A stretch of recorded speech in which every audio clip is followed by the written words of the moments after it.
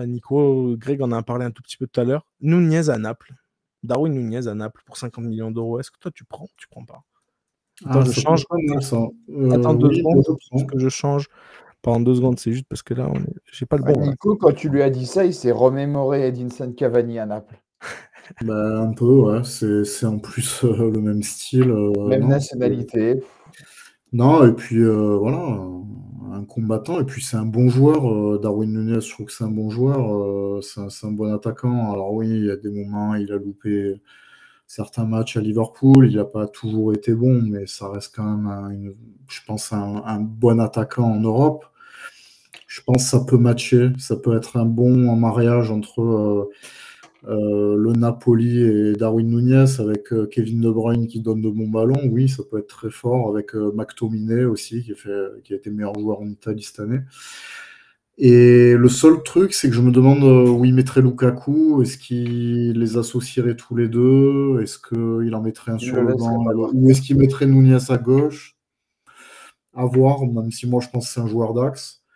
Mais pourquoi pas une doublette Nunez-Lukaku? Mais en tout cas, moi je pense que c'est une bonne idée de renfort pour Naples et c'est une bonne idée pour le joueur de se relancer dans un environnement qui, à mon avis, lui irait très bien.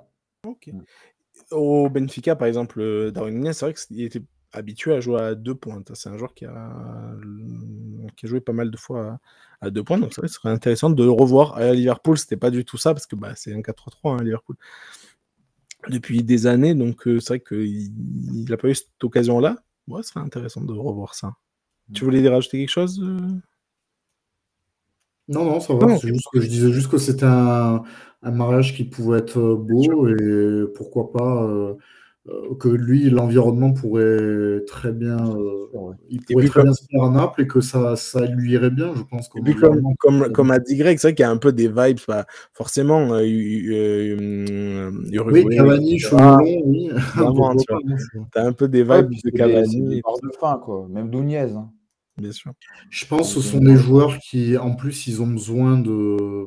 Enfin, c'est un peu cliché ce que je dis, mais vous savez, le côté, les supporters, Ah, bien sûr. l'amour Ouais, méditerranéen, le côté un petit peu chaleureux des supporters. Je pense que c'est un truc. Ça, je pense, à mon avis, Cavani, ça l'a pas empêché de performer à Paris.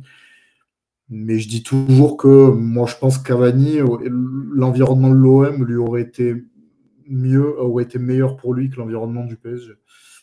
Et il y a des joueurs comme ça, C'est ça. notamment sud-américains ou italiens, espagnols, quand vous venez dans un environnement méditerranéen, c'est peut-être plus approprié pour eux. Mais en tout cas, je pense que ça peut être un beau transfert. Exactement.